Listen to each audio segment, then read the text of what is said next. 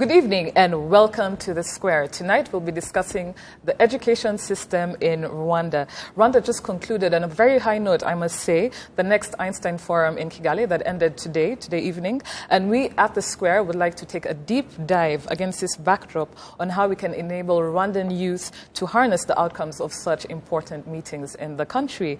Some of the questions we're going to be asking ourselves today is, do Rwandan graduates have the training capacity to effectively absorb strategies discussed by such scientific and innovative and tech-based forums such as the recently concluded Next Einstein Forum? Most importantly, how can we start at the beginning and introduce innovative-based learning throughout early primary, secondary, and tertiary stages in the Rwandan education system? These are some of the discussions that we're going to have here on The Square. Very excited to have this discussion. And with us tonight, we have our guest. Our guest is Professor Dr. Arthur Ahimbisibwe, who is the Dean, School of the University of Kigali, and the School of Postgraduate Studies, and he is also the Professor of Procurement and Supply Chain Management. Professor Ahimbisibwe, welcome to The Square.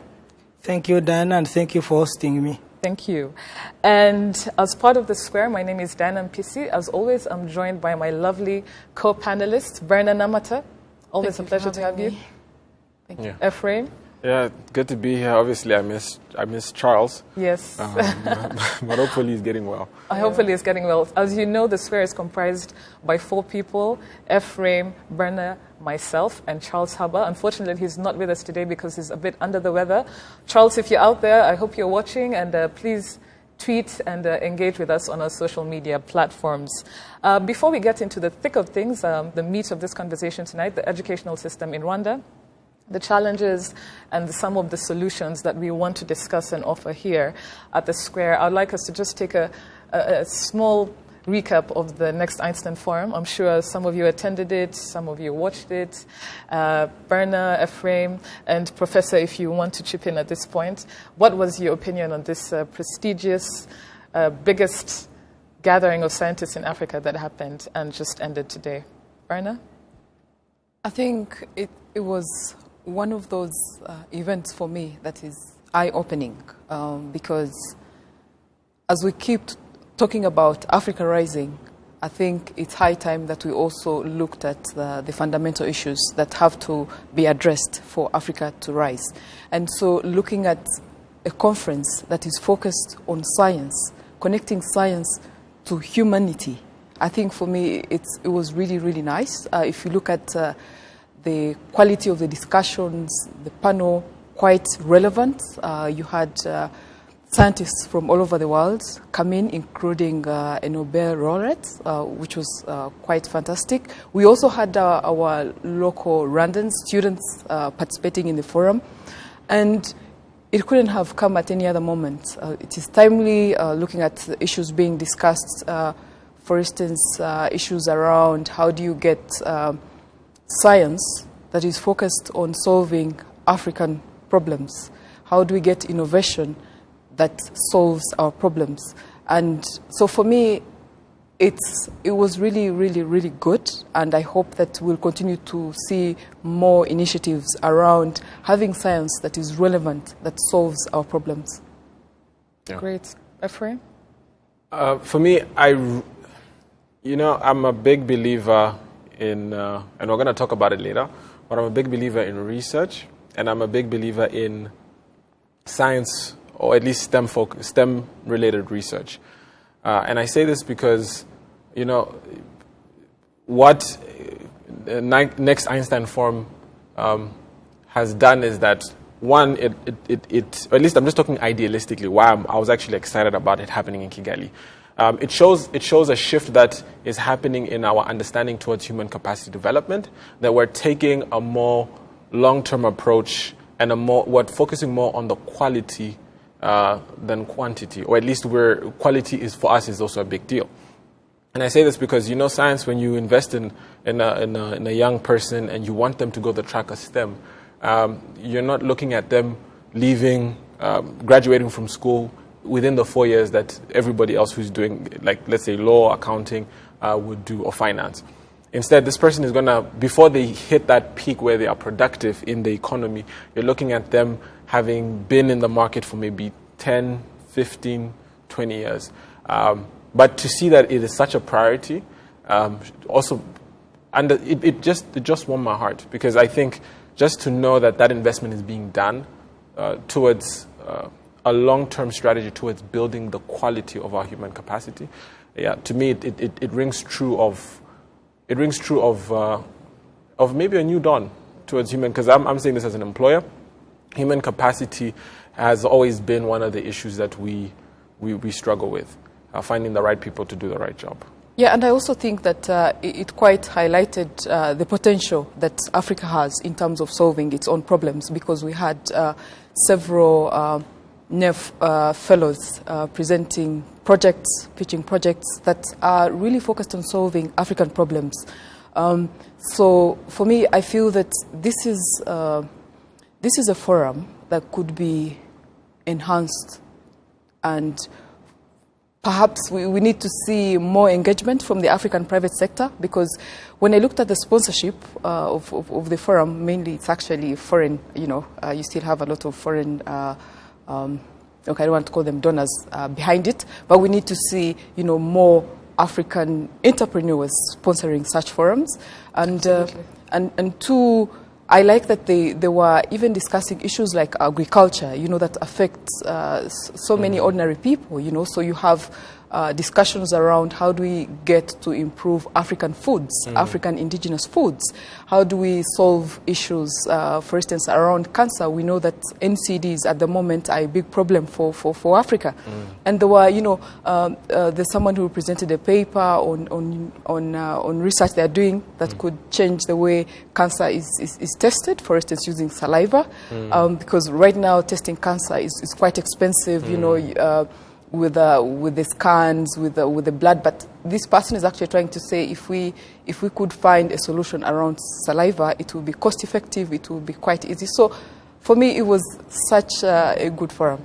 Yeah, it really ended on a very euphoric note for most people.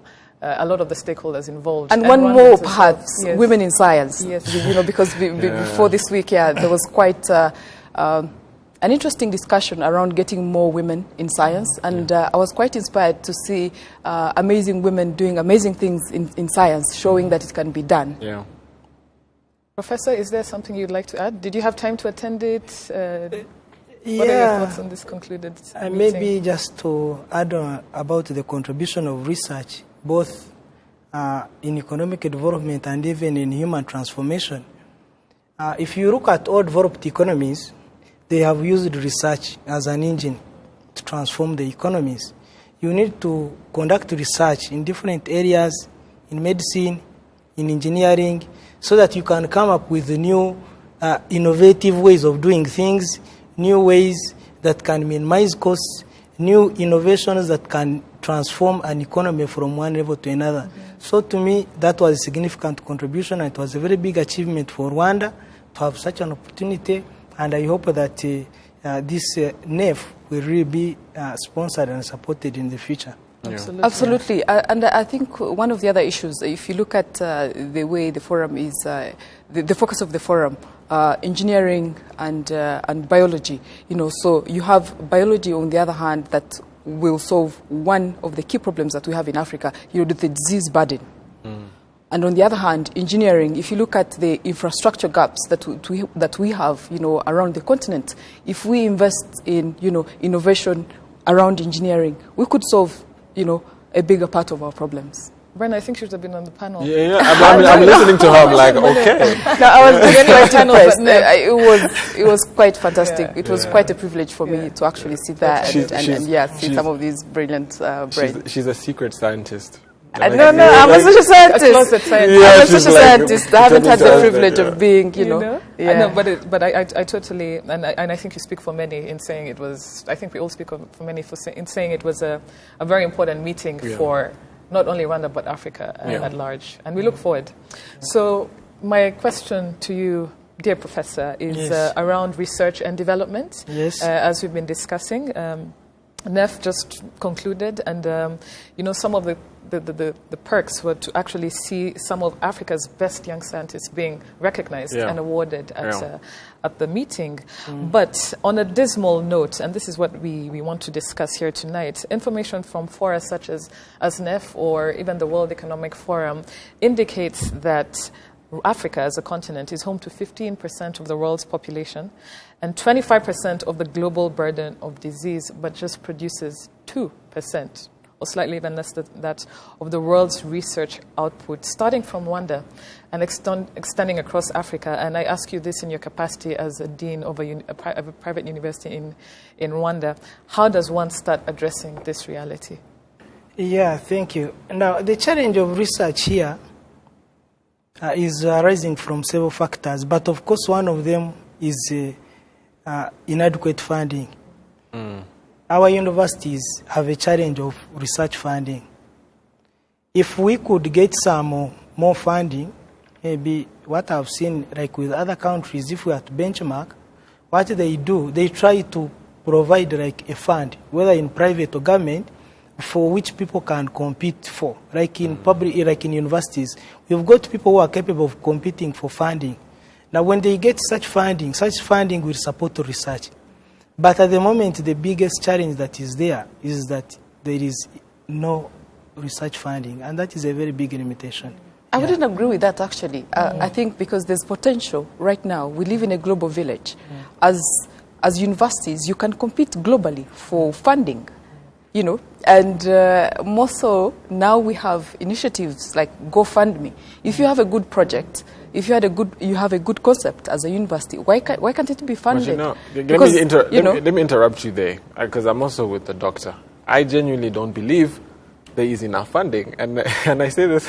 I think people who have heard me talk about this thing probably think I'm a crazy man, because I genuinely don't believe that in our markets, at least the African nations I've seen, that enough money is put towards research.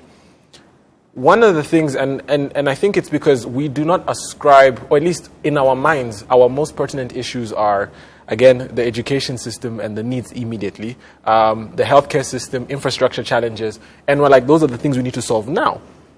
But one thing I've seen is that I'll give you a simple example. Israel invests a lot of money in agricultural research. Israel, we all know where Israel is located. It's in the middle of a desert. Exactly. Crying out loud. But they do not import a single grain of food. Actually, they export oranges. And when you ask yourself, you're like, how is that even possible? And strawberries. It's true. Yes. And how is that possible in a desert?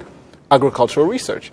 But the issue is that we do not perceive, or at least the short-term needs are not there. Now, coming back to what I'm saying about funding, the kind of capital that exists in our market, I'm first of all going to talk about the local funding sources. Even for businesses, to access senior debt, and senior debt this is money that you borrow for 10 years. I'm talking of money that is generating a profit that you borrow for 10 plus years.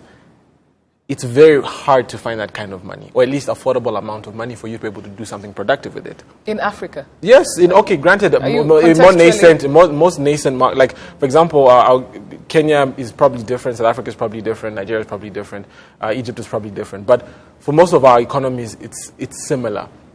Now, what happens is that you go tell a private investor, invest in agriculture or research. I don't know, I keep going back to agricultural research. I think maybe it's close to my heart. But invest in research at University of Kigali. Put a fund that the postgraduate students can compete for in the form of teams, and get that and do research as part of the theses. Or I don't know if that's the plural of thesis, but the idea is that it would help, but no one has that kind of no one has those kinds of resources to invest. Now, the next person you turn to is government, but then government has to prioritize what's important for the economy at that time with the resources that it has, and most of the time, research is on the back burner. Now we go to international sources of funds. International sources of funds we are competing against some of the best minds in the world.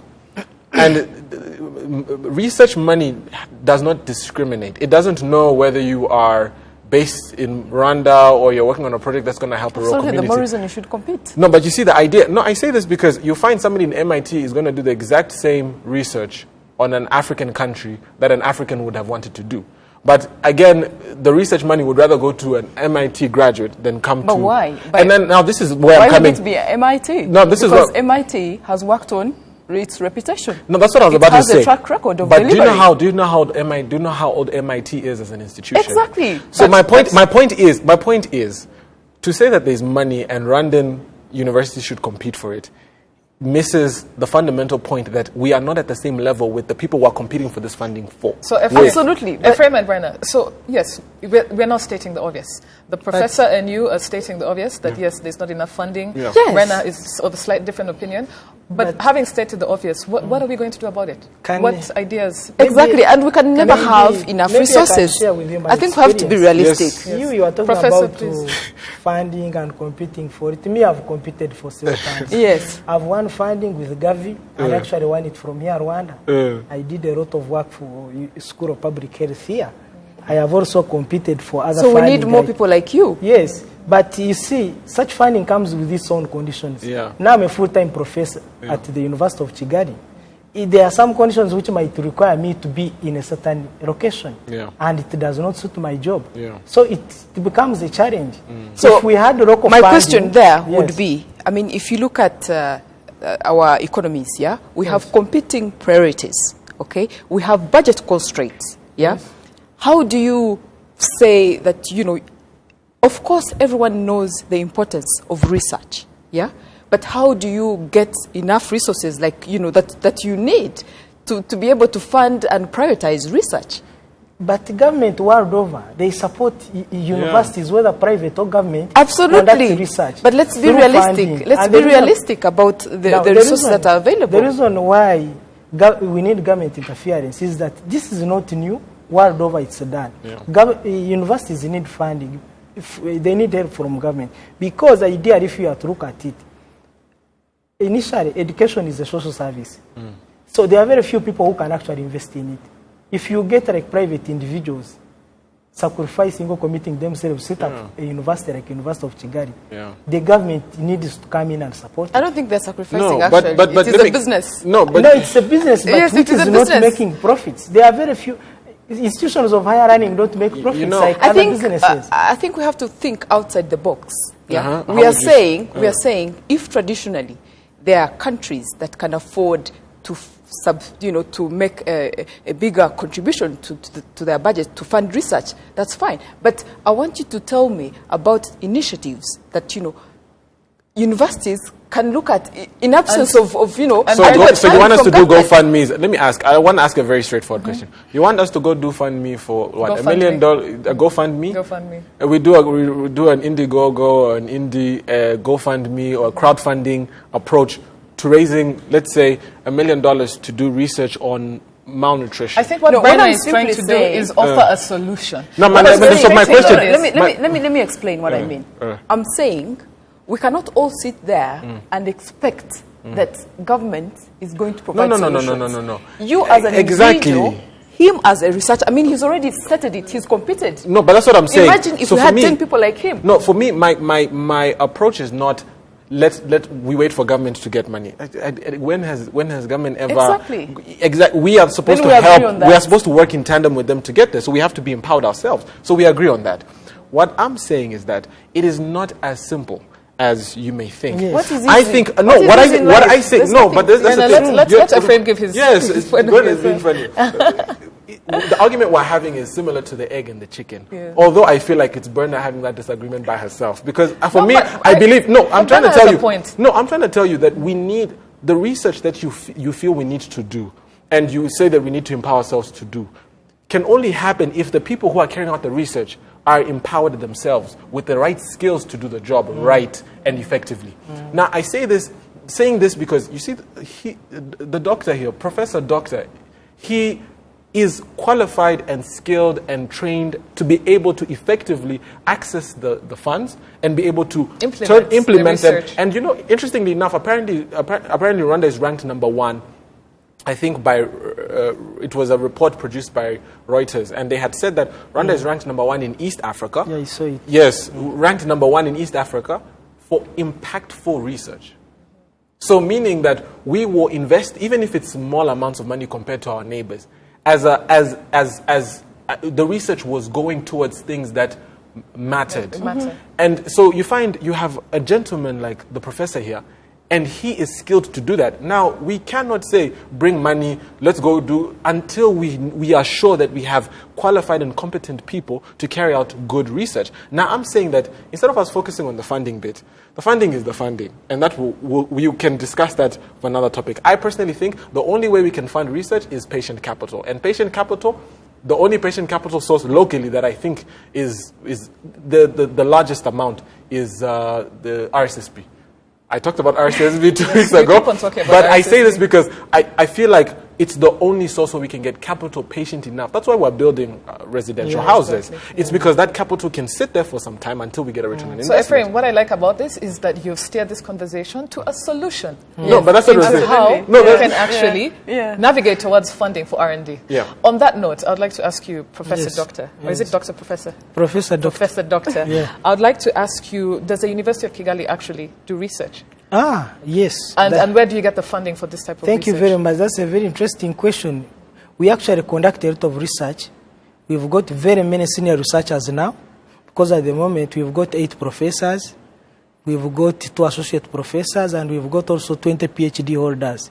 20? Yeah, 20 PhD holders. Wow. And of these 20 PhD holders, more than 12 of them are senior lecturers. They are different levels, they are different academic ranks. Now, those are people who are professionally trained to conduct research. There is a lot of research that is currently going on under University of Kigali, but like as I've been sincere with you, the challenge is still constrained with funding. We are conducting research but at a slow pace. And this explains the other raw statistic of 2% in the region. GDP. On the continent, actually. It shows that in the continent or in Rwanda, there is some research, but the level you can see it is very low. Meaning that it is not well either funded or boosted by, by the respected governments. Now, what is needed here is that if government could intervene and maybe come up with like some form of funding, it could be any innovative source of funding, you would see this percentage shooting up. At the University of Kigali, we are conducting research, we are publishing in top journals, we have all in the postgraduate school, all students, they must do dissertations. Each one must come up with a topic, and that topic must be aimed at adding value to the existing knowledge. And one of the ways of how you can add value to the existing knowledge, you identify a problem which is existing on the ground, then you come up with a solution on how it can be addressed. But if we could get more funding, all this could be turned into a reality. We have 5 minutes towards the break. My last question to you, and before we briefly talk about other things, the research that's currently being done by University of Kigali, are there areas of collaboration you have with other universities in Rwanda? Yeah. Or is it just limited to University of Kigali? Do you have inroads where you collaborate with other universities? Yeah, we actually have several partnerships with other international universities, and we also have several conferences where we meet with other universities, we exchange knowledge. Like, for example, there is an upcoming conference where we are meeting our partners from all over the world. We have partnerships with universities from Switzerland. We have partnerships with universities from Australia, USA. We also have partnerships from New Zealand, etc. So there are many universities that we actually in collaboration with, and we are actually doing very well. Okay, but how do we scale up, the kind of efforts, the kind of initiatives that you're doing, so that at country level we have, because we already have a public university that also has limitations. How do we scale this effort to ensure that as a country we are producing more research? At the moment, I think the other point also comes in, which my colleague raised. We have research also, but also the quality. Also, it matters. See, when there's no much funding in research, it also impacts on the quality. They say garbage in, garbage out. The amount of funding that is available for a given research project is likely to determine the outcome of that project. Can I ask a very 1 minute before we yeah, go to 1 break? minute. I'm just going to ask a very, very, very simple question. What is the average research grant given locally? What's the average amount? Just out of curiosity. At the moment, An estimate, maybe. to private universities, Yeah. no. I'm Nothing. not aware. You're not aware? I'm not aware of any. Of any? I'm not aware. So zero. Maybe to public universities, Yeah. but for private universities, So not private there. universities, you get your funding from... from tuition, from like those, we raise our own funding. So then the question is why is then because maybe there's an economic benefit that can be shown to the private sector on them driving them to fund it. The question I have is why would a university take its tuition that is considered its income as a private institution and invest it towards research if it did not see an economic benefit? Would you know an economic benefit to research, one that makes sense for the university? Yeah, that's the challenge, because if the university doesn't get enough funding from tuition, then you can't expect it to do much with investing in research. But then the question Could is, that explain this but then the question tuition? is, does it make financial sense to invest in research? Why would you take tuition to invest in research? Or is it a mandate by HEC or a Higher Education Council to have research as part of the curricula for some of these postgraduate students? Yeah, of course, according to HEC, it's mandatory. For example, a student to graduate, he or she must conduct research. And even now it's a condition like at the University of Kigali that a student cannot actually graduate unless he has made 2 publications in international peer-reviewed journals. Okay. So even lecturers, you cannot be promoted if you've not conducted some level of research.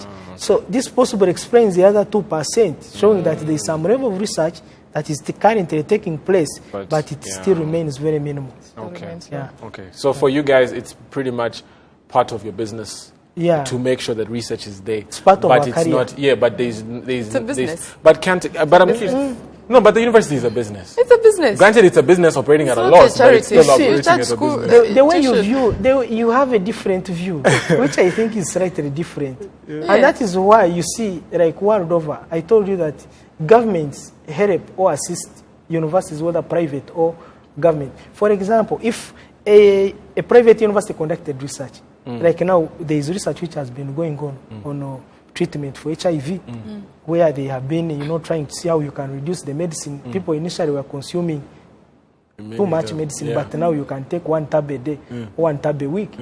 Now, if you come up with such an invention or innovation, does it only end at the university, or it becomes... So now that's the thing. So my question is, why can't that should be? I feel like that is an incentive that needs to be communicated to the private sector, and I feel like we could also go a step further in Rwanda and create research fund incentives. So when somebody brings a research fund here and let's say IP is created here, we give them incentives for the development that happens. Because I know for most research, I know for medical research, you find it will take these drug companies like be it Pfizer a couple of years to produce a drug. And you find that for that one drug that goes through, maybe there are 10 others that have been shelved. But that one generates a profit enough to cover the investment that was put in. So, and you find some of these private companies put in $1 billion towards research. So I keep asking, I'm like, how can we develop an ecosystem and a mindset where the private sector understands the financial incentive of investing and benefits of giving, and that goes back to the quality of the proposals. It goes back to the quality of the proposals that are being submitted. Because if you come to, let's say, a bank and you have a project that you want to be financed, it must make business sense. Now, I know that at times for research, because of course it is a hypothesis. You know, how are you going to develop hypothesis? You could come up. No, you could come up with a Model, project. Yes, I mean it is possible. Can we talk about this after the break? I'm being told we need to go to the break. But thank you very much. This is very great discussions. We'll be back after the break. Stay tuned.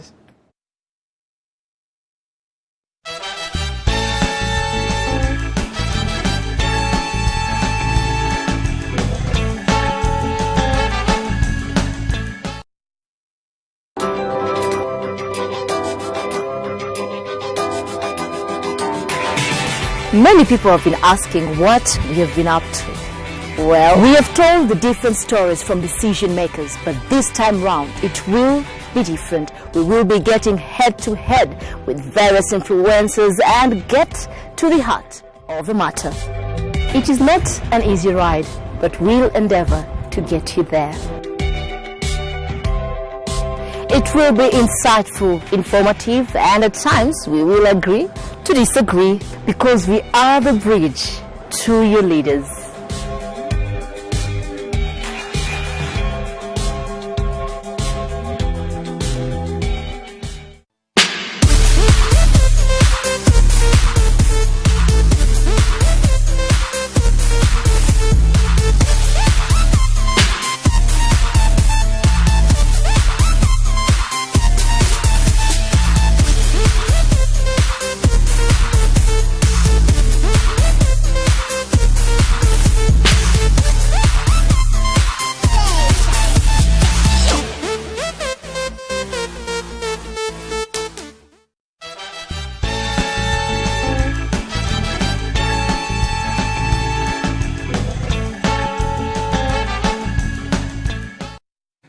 Welcome back to The Square. We've just come back from a break, having a very hearty and dynamic conversation on the quality of education in Rwanda, but most importantly, the research and development problem that the continent faces and Rwanda as well. We are joined by Dr. Professor Mr. Arthur Ahimbisibwe from the University of Kigali, who's our guest for tonight. So we've been talking about higher learning institutions such as universities, but we're going to take it a notch lower and also look at primary and secondary schools. So Ephraim, and also to the general panel, this is a question I'd like us to also address. The Ministry of Education, in partnership with the Ministry of Local Government and its stakeholders, organized a countrywide quality education enhancement awareness campaign that was going to be held on a quarterly basis. It was held in February this year, from 5th to 15th February. The outreach activities targeted more than 600 schools that consisted of primary, general, vocational training schools, secondary schools, and higher learning institutions across all 30 districts. A campaign of this scale is the first of its kind in Rwanda, with all the stakeholders involved going across the country, looking at 600 schools. So my question to you is, this is something that's worth noting, but what are your thoughts on this endeavor by the ministry and its stakeholders at this point in time? For me, I would say long overdue, because it has 8 areas, focus areas. So the overall theme of this awareness campaign is good learning practices and cultural values as the foundation for quality education. Now, those are I'm sure the professor, when you talk of research and you talk of your research paper, this is a very good type. It's very specific. Granted, it doesn't have a timeline and it doesn't have a specific area, but I feel like they understand what needs to be addressed. They talk of cultural values, they talk of the learning practices, and they talk of good ones. Then they talk of a foundation, and then they go on to talk about quality education. Now, I say this because if you look at the 8 areas, you've got the school dropouts and repetition. You've got the leadership of these schools. And I'll just name the ones that I can remember. You have unwanted pregnancies. You have... Unwanted teenage pregnancies. Unwanted teenage pregnancies. Is a keyword. But what if somebody is in school because they repeated and they're in their 20s? Do we disregard them? Okay, it's fine. Let's leave it as it is. Yeah. But you find that these areas, there's even one of hygiene. Yes. And very I remember and we're talking of cultural values. One of the biggest cultural values or mismatches or at least I say cultural because this is a way of life in the society, and I wouldn't say that there's any historical tie-ups as I know of, but we lack the understanding of the value of education.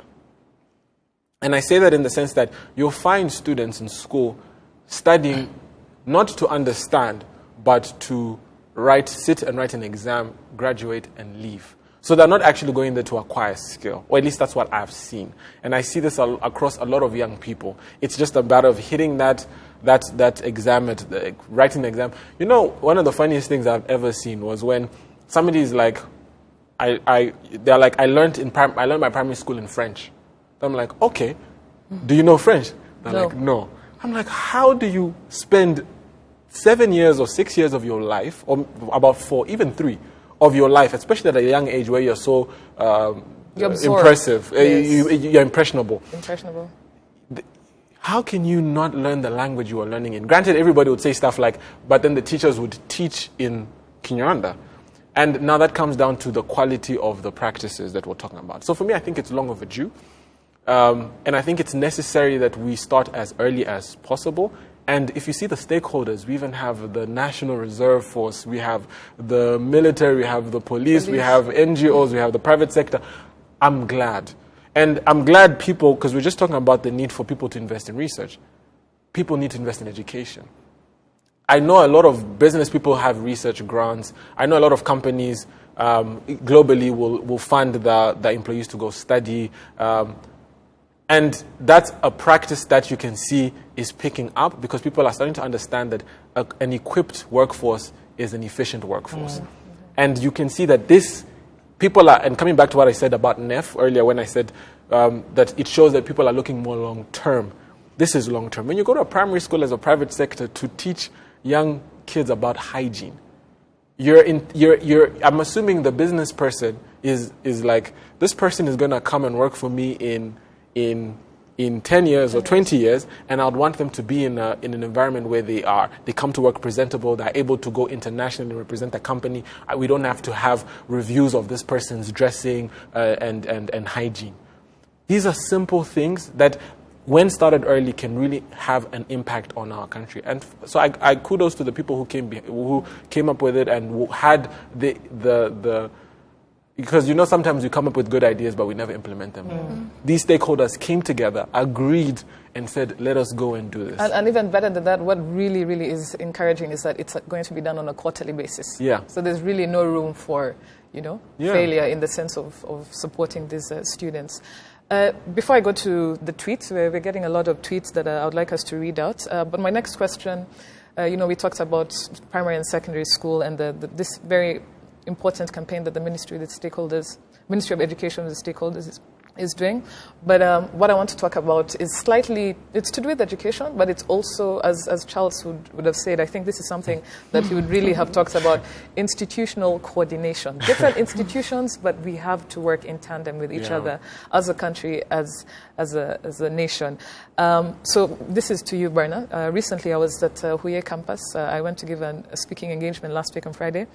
And for lack of a better word, I was shocked to see how lackluster it is. This is a student town. It's known for being very vibrant. The economy of the town was based on the students, and this is because the university has moved. The National University has moved different campuses or colleges or schools, if I may say, to different parts of Kigali.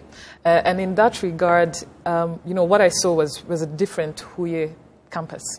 And my question to you, Berna, is in the sense of we want to develop secondary cities, and Huye is one of those cities that we want to develop. This is something that was put forward by government. But having gone there and seen it, how do we develop secondary cities vis-a-vis the relocation of the University of Rwanda different campuses, especially with information that some of the campuses that it was relocated to, for instance, in Gikondo, is congested. So these two elements. What's your take on this? I must say that's a difficult question. I'm not an urban planner, but just to give my thoughts on this. One, rapid urbanization is a challenge, and it's not just for Rwanda. It's across Africa, and it's an issue that cannot be addressed in the short term. So creating secondary cities is already happening because you realize that Kigali is expanding, but beyond Kigali, as we see provision of infrastructure expanding beyond Kigali, the electricity rollout. Even when we talk about the schools, the universities, they're going outside Kigali. So once you have that, because usually why are people in cities? People are in cities because they are looking for opportunities which they cannot access, in rural areas. Mm-hmm. So I think the challenge for government, and this is something they are quite aware of, is how do you create opportunities all over so that, you sort of provide opportunities around the country and not just Kigali. Now, of course, Huye will feel the shock if the campus, the campus is downsized. But I think for me, it was the right move because, one, we need to have at least universities, that are relevant outside the city. Because anybody who has been in a student environment, the city is actually not the most convenient place for you to study. So we need to be aware of that. Two, we need to also be aware that most ordinary Rwandans, are not in the city. So how do you ensure that access is actually, But what about in the increasing? case of University of Kigali? You just said the city is not conducive for university students. But we have a university that is in the heart Of the city. It's actually named after the city. So my question, and I'm just out of curiosity, for me, yes, I agree. We cannot at this point in time, we cannot prioritize certain things over the quality of education. But the question I have is, who says that there's a formula, and what is that formula? Because granted, yes, they moved the universities, and but was there a formula that guided that decision? Because the question then would be, why wasn't that formula shared with a private university like University of Kigali to tell them that being in the city is not the most conducive for your students, so that they could get a better yield or at least a better quality of a graduate? So that's why I'm asking, and I'm also this is to both of you, and I would want the professor, doctor, to talk on it. If we genuinely believed that the city was not the best place to educate people, or at least have them, or at least in your own opinion, then why aren't universities like University of Kigali being told to move on the outskirts of town? Just to clarify, I think that the issue here is you cannot concentrate all the academic institutions around Kigali. Okay. Yeah. So it is. I think the practice should be to have campuses. Have some in Kigali, but yes, mainly yes, out. yes. Okay. Just very quickly before because you also have people at work that still have to. Yeah, that's what I was about to say. The postgraduate, they have to go afterwards. Professor, would you like to weigh in here? And just very briefly, because there's some tweets that are actually addressed to you that I'd like you to answer. You wanted to respond to you. Yeah. University of Kigali, that is the headquarters. Yeah. We also have a campus in Musanze. Called University of Kigali. University of Kigali. I like that. And it's doing very well. It's actually bigger than this one. Oh, wow. Yeah, it has more Fantastic, students than this. Makes That's sense. good. Actually, I think that, Yeah. and that decision to do that, what drove it? Of course, we need to get people to get access to education. Yeah. That's one. Yeah. But also, second, for strategic reasons, we need our headquarters to be here. Okay. Yeah. But to be placed in Musanze, and I'm sorry, but but to be placed in Musanze, you genuinely believed that's where you could find more students. Yeah, that's why we can access more of the population. And access. Yeah. Access. I I think it's also, it's a function of so many things. I mean, for the university, they also look at the infrastructure that is in Musanze. So if we can have, sort of fast-track the infrastructure, make it available. Of course, it's not an easy thing to do, but it can be done. I think it's quite impressive that you have a campus outside Kigali, and perhaps this is what we should continue to see. And we are also constructing a big campus outside here. So we are moving away. So, Professor, we are going to move to our tweets. The first tweet is from Junior Sabena Mutabazi. Junior is asking, can the good professor kindly give us an example or two where the research conducted by his university has added value or helped inform a solution for a national issue? So he's asking, can the good professor kindly give us an example or two where the research conducted by the University of Kigali actually informed a pressing issue, a national pressing issue? Yeah, our research has actually contributed on many policies. We've conducted many policy-based research, which actually contributes to most of the policies that are being made. So the question is, who are you the ones who go with the research to the policymakers, or the policymakers come to you and say, carry out this research? They come to us. And also So a the question specific is, issue, maybe if it's food security, if it's HIV/AIDS, what has been your contribution? Yeah, for us, our contribution has been they bring to us issues, and then we analyze them. We go to the field, we collect the data. For example, we've been handling research on women and emancipation issues, where we've come up with really good good recommendations. We have also been recommending or making a lot of research when it comes to education. We've been working closely with HEC. We've been conducting a lot of research on how to handle this high education, and they have come up with. Can I ask a question? Because and it's in relation to funding. Isn't there a conflict of interest receiving grant money from government to provide research that is going to influence a policy? I'm just putting it out there. Like, I'm just asking, isn't there a conflict of interest? In the sense that if they came, kind of like what we're talking about, the self-financing of AU. Somebody gives you money, and they have an agenda.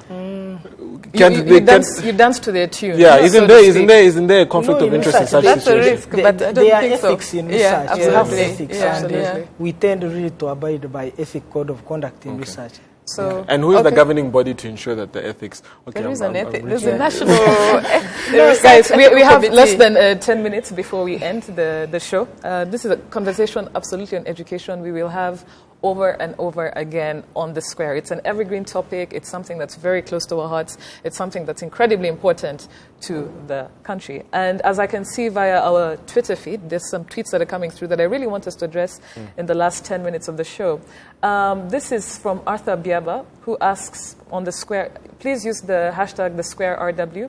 The issue is on research and development. He says that the issue is academic research is struggling to remain relevant. For example, rarely research matters on local issues. For example, show me a scientific publication on issues in the quality of education in Rwanda, which is a recurrent issue. Apparently, it's just too theoretical. No, but that's what I was saying about Let the him funding. respond to that. No, but Yes. and I'll allow him to go in. But this is what I was saying about the funding. She keeps saying we should get international funding. Again, yes, there are ethics, but I feel like somebody gives you money. I find it hard to believe that they would allow you to do like a local focused research on an actual pertinent issue, especially if it's coming from development agencies. Dr. Professor, Yeah. what are your thoughts on this? Usually when you get funding, it comes with conditions. Yeah. They can even, for example, you could get funding from here.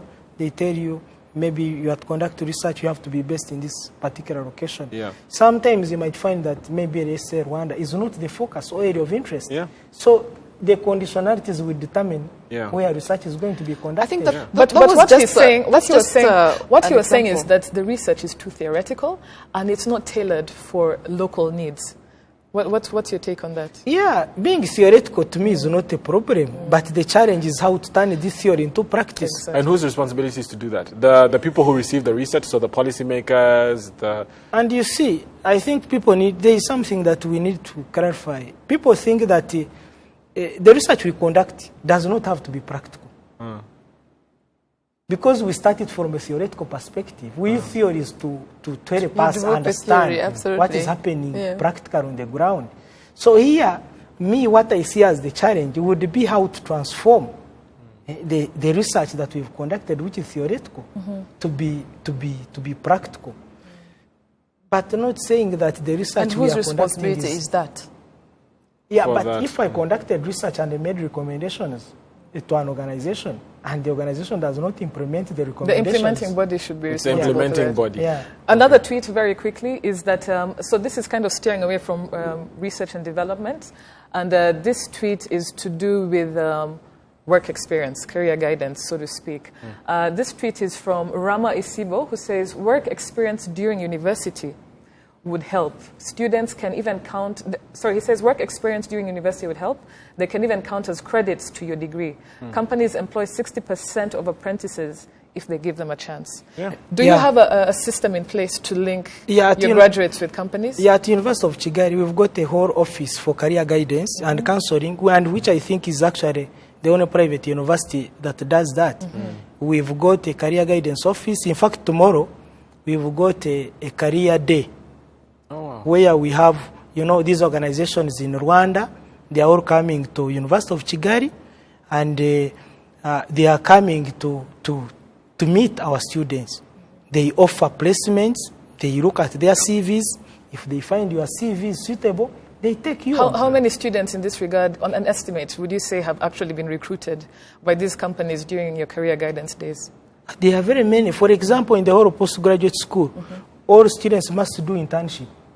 And most of them, they are all placed outside. Yeah. For you to graduate, you must have done internship. Yeah. And this internship is done outside in organizations. Yeah. So it is there and it is on a large scale. Yeah. Yeah. Diana, if I may chip in on apprenticeship, I think that government could do more by giving incentives to the private sector to take on, some of these students. Haven't they done that already? No, I think Hasn't that already been done in my understanding? They could do more because, if you look at the rate of unemployment among fresh graduates, if we scale up and sort of make it a habit, that the private sector actually takes up most of these. But can I throw a cat amongst the hens or the chicken? What drives unemployment? And I'm talking about when you think about it from the private sector's perspective. Let's not talk about the macroeconomics. Why don't companies employ people? Half-baked. No. The reason why companies don't employ people is about the economic status of that company. If a company is doing well and business is growing, they're obviously going to have to plug the demand for skills by hiring more people. If business is tough, guy is going to lay off people. And I say that, and even in Rwanda's job market, yes, you find one person will be poached from this company to that company, but there'll always be these gaps that need to be filled by people. So I'm saying that I do believe that, yes, unemployment, apprenticeship, because actually we do that a lot as well at our company. We work with the African Leadership University, and they have a similar system. They have the postgraduate, the MBA students, and we have hosted them 2 years now. It's probably been a month since. It's an experience for us as a company, and it's experience for them as students and as a university. It gives them a practical understanding to the problems that face businesses. But I'm not going to hire 5 of them.